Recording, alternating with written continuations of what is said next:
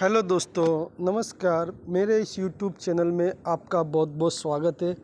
तो आज हम बात करेंगे वी मार्ट रिटेल के बारे में। ठीक है, तो इस कंपनी ने जो रिटर्न दिया है अब तक ऑल टाइम का रिटर्न दिया है, 957% का रिटर्न दिया है। ठीक है, और कंपनी का जो चार्ट है वो आप देख ही रहे हैं कि नीचे से ऊपर की तरफ है और ऊपर से अभी थोड़ा सा करेक्शन हुआ है, लेकिन जैसा चार्ट हमें चाहिए नीचे से ऊपर की तरफ ग्रीन होना चाहिए, ग्रीन है। कंपनी का जो 52 वीक हाई है 3433 रुपया है और कंपनी का जो करंट प्राइस चल रहा है वो 2000 रुपया चल रहा है। ठीक है, तो कंपनी में लगभग 1400 रुपये तक की गिरावट है। इसी को हम परसेंटेज में देख लेंगे तो आप यहाँ पे देख सकते हैं।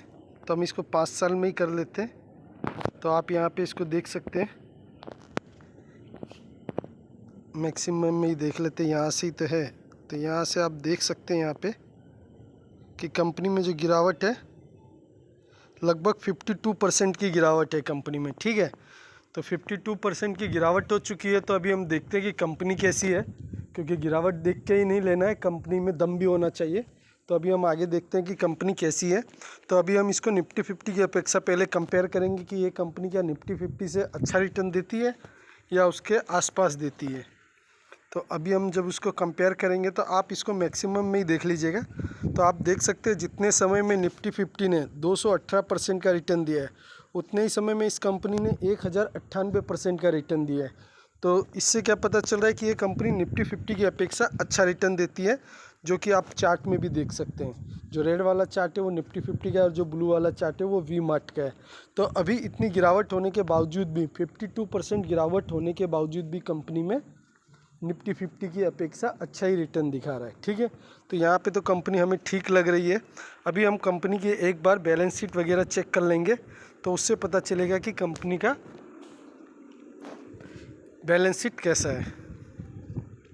तो अभी हम बैलेंस शीट के ऊपर आ चुके हैं। उससे पहले आप देख सकते हैं सेक्टर जो है रिटेलिंग सेक्टर है इसका। ठीक है, तो आपने देखा ही होगा वी मार्ट के स्टोर वगैरह आपने देखे ही होंगे, वही है। ठीक है, उसके बाद जब हम इसकी रिजर्व एंड सरप्लस देखेंगे तो आप देख सकते हैं रिजर्व एंड सरप्लस पहले 5 साल पहले कितना था, 384 करोड़, बड़ा 435 करोड़, 798 करोड़, 819 करोड़ और 829 करोड़। तो रिजर्व एंड सरप्लस धीरे धीरे इनके बढ़ते ही जा रहे हैं। तो ये एक पॉजिटिव साइन है कि इनके रिजर्व एंड सरप्लस ऊपर की तरफ जा रहे हैं, अच्छी बात है। ठीक है, लॉन्ग टर्म बोरोविंग आप देखेंगे तो कंपनी के ऊपर कोई भी कर्जा नहीं है। ठीक है, पहले तीन लाख से भी कम का कर्जा था, वो भी ख़त्म कर दिया। ठीक है, लगभग 3 लाख का कर्जा था, वो भी ख़त्म कर दिया कंपनी ने। ठीक है, उसके बाद आप देख सकते हैं शॉर्ट टर्म में कर्जा है कंपनी के ऊपर, तो अभी कर्जा है, पहले कंपनी के ऊपर कोई कर्जा नहीं था।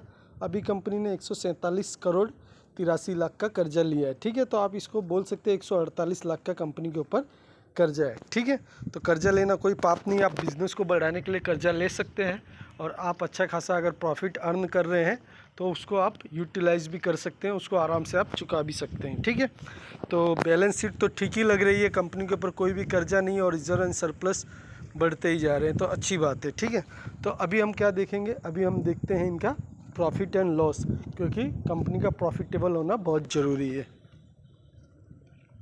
तो अभी जो है हम कंपनी का प्रॉफिट एंड लॉस देखने के लिए आए हैं। तो आप देख सकते हैं कंपनी का जो मार्केट कैप है 4037 करोड़ का मार्केट कैप है।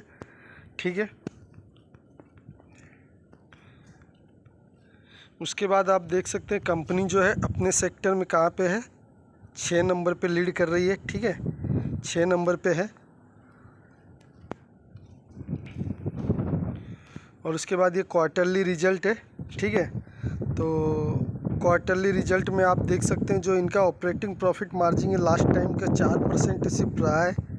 ठीक है, जो कि मार्च 2023 का, मतलब Q4 के रिजल्ट का है। ठीक है, तो ऑपरेटिंग प्रॉफिट मार्जिन इनका कम रहा है और लास्ट टाइम के इनके रिजल्ट कैसे आए तो वो भी हम देख लेते हैं।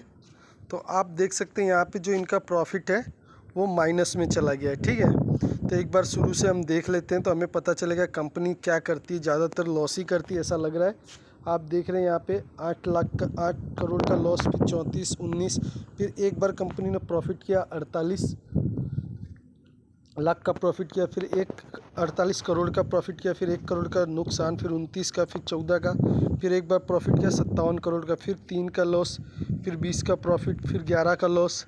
ठीक है, और उसके बाद आप देख सकते हैं कि कंपनी ने 20 करोड़ का प्रॉफिट किया और फिर वापस कंपनी ने 37 करोड़ का लॉस किया। तो कंपनी कैसी है, बिल्कुल भी इन्वेस्टमेंट करने का अभी जो मन नहीं हो रहा है इसको देख के, क्योंकि कंपनी कंसिस्टेंसी प्रॉफिट दिखा ही नहीं रही है। एक बार प्रॉफिट दिखा रही है, 3 बार लॉस दिखा रही है, एक बार प्रॉफिट दिखा रही है, 3 बार लॉस दिखा रही है, एक बार प्रॉफिट दिखा रही है, 3 बार लॉस दिखा रही है। तो कंपनी का ऐसा ही चल रहा है। ठीक है,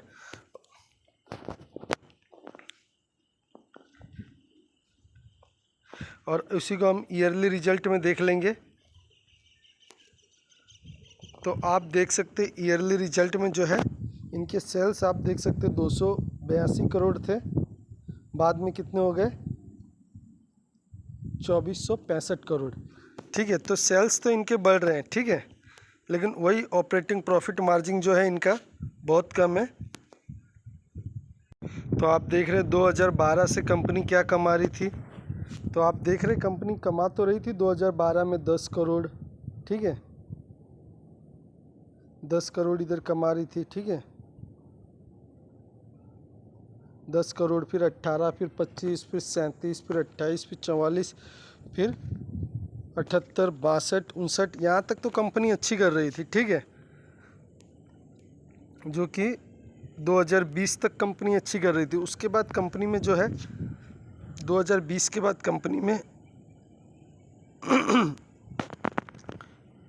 जो कि लॉस हो गया। आप देख सकते हैं 2021 में 6 करोड़ का, फिर यहाँ 12 करोड़ का प्रॉफिट किया, फिर 8 करोड़ का लॉस किया। ठीक है, तो कंपनी का जो ये लास्ट ईयर 3 साल से कंपनी का गड़बड़ चल रहा है। ठीक है, तो अभी इस कंपनी में क्या करना है, पहले हम प्रमोटर होल्डिंग देख लेते हैं। तो प्रमोटर होल्डिंग भी आप देख रहे हैं कि यहाँ से प्रमोटर कम होते जा रहे हैं। ठीक है, आप देखिए 51 थे, फिर 50 हो गए, फिर 46 हो गए, फिर उसके बाद आप देख सकते हैं यहाँ पे भी परसेंटेज में कम होते रहे, 46, 66, 46, 44, 46, 40, 46, 20, 46, 14, 46, 10, 45, फिर 44।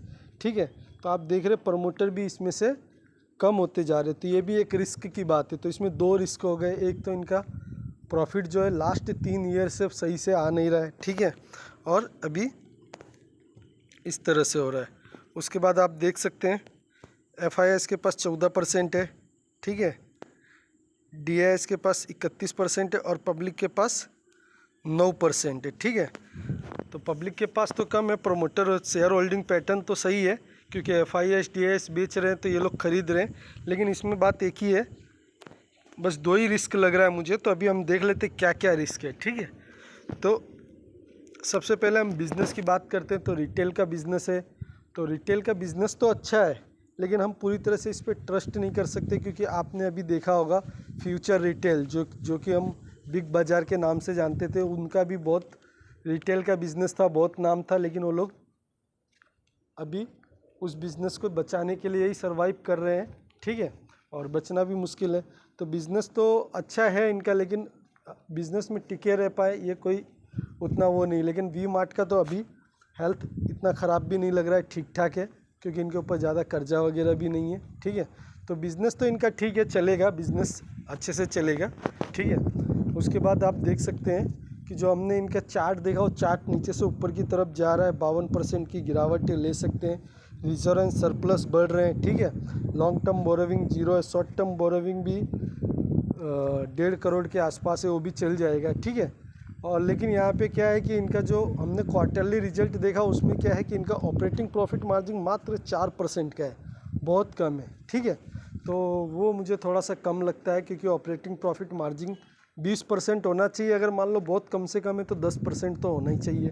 ठीक है, उसके बाद हमने जो क्वार्टरली रिजल्ट देखे, तो क्वार्टरली रिजल्ट इनके अच्छे खासे आ रहे थे, लेकिन लास्ट 3 साल से इनके 2-3 क्वार्टर में लॉस होता है, 1 क्वार्टर में प्रॉफिट होता है। तो वो उस समस्या से जूझ रहे हैं। तो कंपनी तो अच्छी है, हो सकता है बाद में प्रॉफिटेबल कंटिन्यू हो सके, लेकिन फ़िलहाल के हिसाब से इनका प्रॉफिट जो है, प्रॉफिट देख के थोड़ा सा कि माइनस पॉइंट बन रहा है मेरे हिसाब से।